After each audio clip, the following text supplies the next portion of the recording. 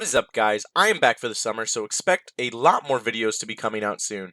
Today, we are back with another top 5 moneymaker videos with combat. Except this time, we are doing low-level moneymakers with combat instead of mid-level. If you have not seen my previous 3 videos on moneymakers for mid-level combat, then definitely check those out. If you find this video to be helpful, please leave a like. The methods that I will be going over may not be your personal favorite, but these methods will still make you good money as a low level when using combat. If you have any suggestions for other monsters or methods to use for low level combat to make money, please leave a comment and I will definitely check those out. Before we get into the video, I want to show you the account I will be using and the stats it has. This account is my low level pure and it is 60 combat. This account has 50 attack, 70 strength, 79 range, 26 prayer, 69 magic, 72 hit points, and only 1 defense as it is a pure. These stats are not required for these methods. It is important to keep in mind that if you do have a low level account between 40ish combat to 80ish combat, you can get different amounts of money per hour, either higher or lower depending. Now let's get started into the video, and keep in mind these monsters are in no particular order. Starting with the first monster, the Chaos Druids. The Chaos Druids are super easy to kill and have no requirements. You do need to keep in mind, however, that you will be in the wilderness in around 1 to level 4 wilderness. This is not a huge threat as not many PKers come anymore, but just be prepared and don't come in your max gear if you're not willing to lose some of it. The gear I like to wear and bring are as follows. As a pure,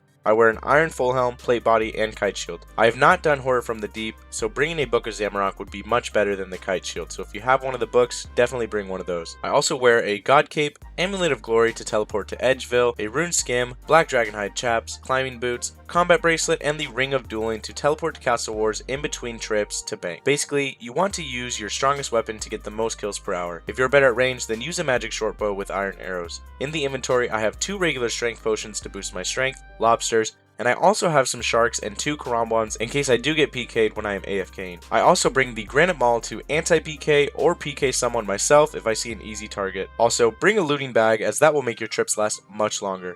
Now I will show you guys how to get there. Go ahead and start in the bottom right of Edgeville, and then go ahead and climb down that dungeon sign right there. Click it, go ahead and run north, and then follow the path that I do to get there.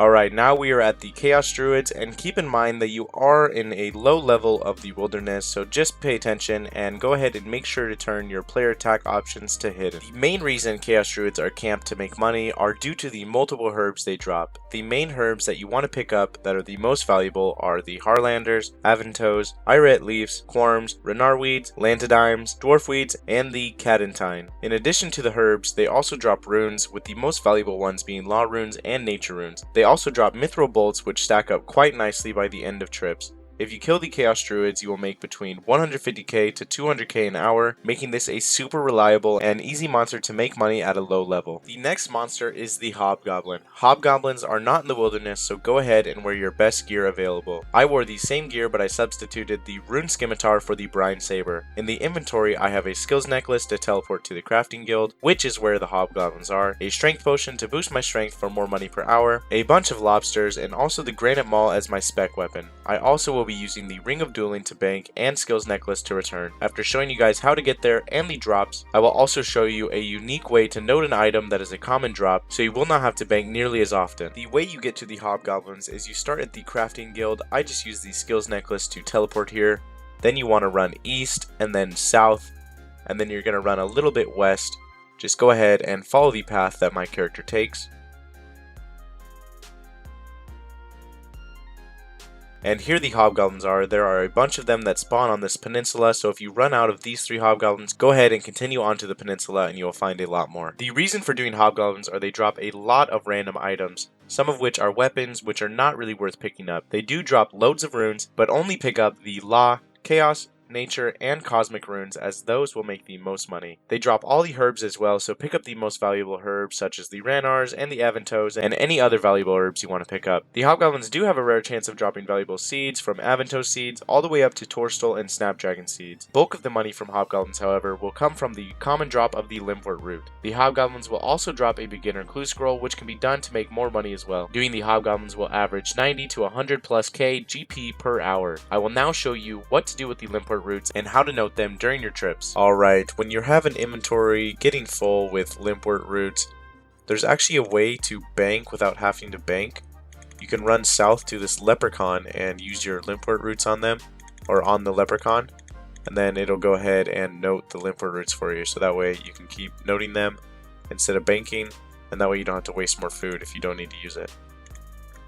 So it's just down here by this little farming patch. There's the leprechaun, so go ahead and use the roots on the leprechaun, and then he will go ahead and note them for you, and then you can get back to killing the hobgoblins and not waste any more food if you don't need to. If you have defense, if you are pure, you'll still need to use food, but if not, this will help you out tremendously. The next and third monster is the Black Unicorn. The Black Unicorns are in the wilderness, so only bring gear you are willing to lose. I am using the exact same gear as the Chaos Druids, but my inventory is slightly different. In the inventory, I have a strength potion, lobsters, and then a couple sharks and karambwans in case a PKer attacks me. I also have a looting bag to make my trips last longer, and a games necklace to teleport to Corporal Beast, which is where the Black Unicorns are located. To get to the Black Unicorns, go ahead and use the games necklace teleport to the Corporal Beast, run outside the cave selecting yes you want to go, and then start attacking the nearest Black Unicorns. There are around 10 Black Unicorns within the trees next to the Corp Cave, so run around and find them. Keep in mind it is multi-combat, so the high level Ents will sometimes attack you. Do not worry, outrun them and hide in the trees, using the trees to trap your unicorns. The Black Unicorns always drop a unicorn horn and bones, and this is where the majority, if not all, the money will be coming from. They also drop in sold unicorn heads, but those are more rare. Killing the Black Unicorns will get you 60k plus GP per hour. The next moneymaker is low level revenants. Now this method can make you loads of money, but it is in the wilderness area that is often populated with PKers. Only take gear you are willing to lose, and be sure you are okay with getting PK'd every once in a while. If you have a high strength and 60 plus attack, you can use the dragon scimitar, but otherwise using the magic short bow and range is the best option for sure. I'm using my cheapest and best range gear for a pure. I'm using the magic short bow with rune arrows, and I'm also wearing a glory for a level 30 wilderness teleport. In the inventory, I have a ranging potion to speed up the money per hour, lobsters to heal, sharks and karambwans to survive, any PKers, and also the burning amulet to teleport to the Revenant Cave. If you have lower than 70 range, this method is very viable, and I often see level 40 combats and level 60 combats using this method, so do not be afraid to try this out, as it may be the best money you can make for combat as a low level. Now I will show you guys how to get to the Revenant Caves. Go ahead and use the burning amulet and teleport to the lava maze. Once there, run east and hug the lava so the green dragons do not attack you.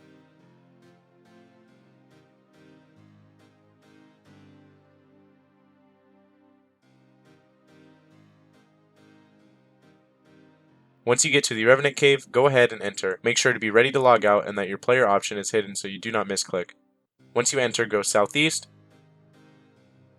There's an imp spawn right when you enter the actual rev area, and then there are also a few other low-level revenants towards this area. These low-level revenants, such as the imps, goblin, and pure fiends, all have a large drop table consisting of valuable items. The low-level revenants can drop rune armor pieces, dragon armor pieces, dragon weapons, battle staffs, large amount of death, blood, and law runes, Onyx bolt tips, largely noted coal, manta rays, magic logs, black dragonhide, mahogany planks, runite ore, runite bars, adamant bars, uncut dragonstones, and even the rare magic seeds drop. In addition to these drops, the low-level revenants can also drop the very valuable items such as the Amulet of Avarice, crossbow, Thammaron sceptre, and the Viggora's chainmace. Additionally, they can drop the ancient emblems ranging from 500k to 16 mil. Because the low-level revenants are less likely to consistently give you drops, this method will make you around 100k to 1 mil plus GP per hour. This method really varies depending on RNG and drops, but this method will always make you a bare minimum of 100k GP an hour, but will almost always give you more than that. Additionally, if you are skulled killing the revenants, the rareness of your drops decreases. The next and final monster is the Moss Giant. Moss Giants are slightly higher level, but the ones I will be showing you are safe spottable if you have decent range and not very high defense. I am using my best range gear, and the weapon I am using is the Doringstone crossbow with bone bolts. This crossbow is very cost effective and only requires 28 range. In my inventory, I have 3 ranging potions because the Moss Giants are good XP per hour as well, so camping them for a long time doesn't hurt, and also a few lobsters and trout if I take damage. I also have a Rune Scimitar, but you can use any slashing type weapon or knife because you may have to cut a web on your way to the Moss Giants. I also brought a stamina potion because the Moss Giants take a little time to get to. Now I will show you how to get to the safe spottable Moss Giants. Go ahead and start in Varrock Square and run north until you get to a sewer lid.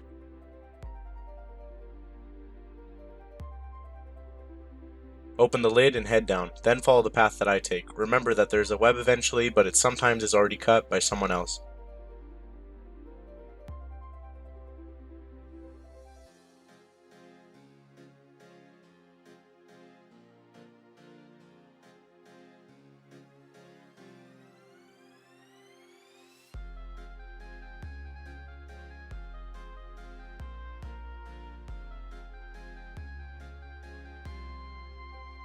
Once you get to the Moss Giant area that is north, you can hide behind the pipe and skeleton to safe spot the Moss Giants for decent money and decent XP per hour. The items that the Moss Giants drop that are worth picking up are the big bones if you want to bank frequently, the black square shield, the Mithril sword, the iron and steel arrows, the steel kite shield, and the Mithril spear. The Moss Giants also drop herbs, so pick up any of the valuable herbs like the Ranars and the Avantos. They also drop many runes, so pick up the Law, Blood, Chaos, Cosmic, and Death runes. The Giants also drop seeds, so pick up any valuable seeds. You also have a chance of obtaining the Mossy Key, which gives you access to fight the Moss Giant boss who has better drops. Doing the Moss Giants can earn you 50 to 80k per hour and also get you good XP. Alright, that is the end of the top 5 moneymakers for combat for low levels. If you enjoyed this video, go ahead and give it a like, and if you want to see more of these types of videos, go ahead and subscribe. I'd like to make another top 5 for low levels again, so leave a suggestion for monsters you want me to test out, and if you haven't seen the mid-level videos, definitely check those out. Now that I am back for the summer, I will be playing frequently and uploading more. If you want to hang out and talk in game, join the clan chat Hartblitz, and also join the Discord with the link in the description. The next Slayer All video is coming soon, so stay on the lookout for that. Thanks for watching, stay tuned for my next video.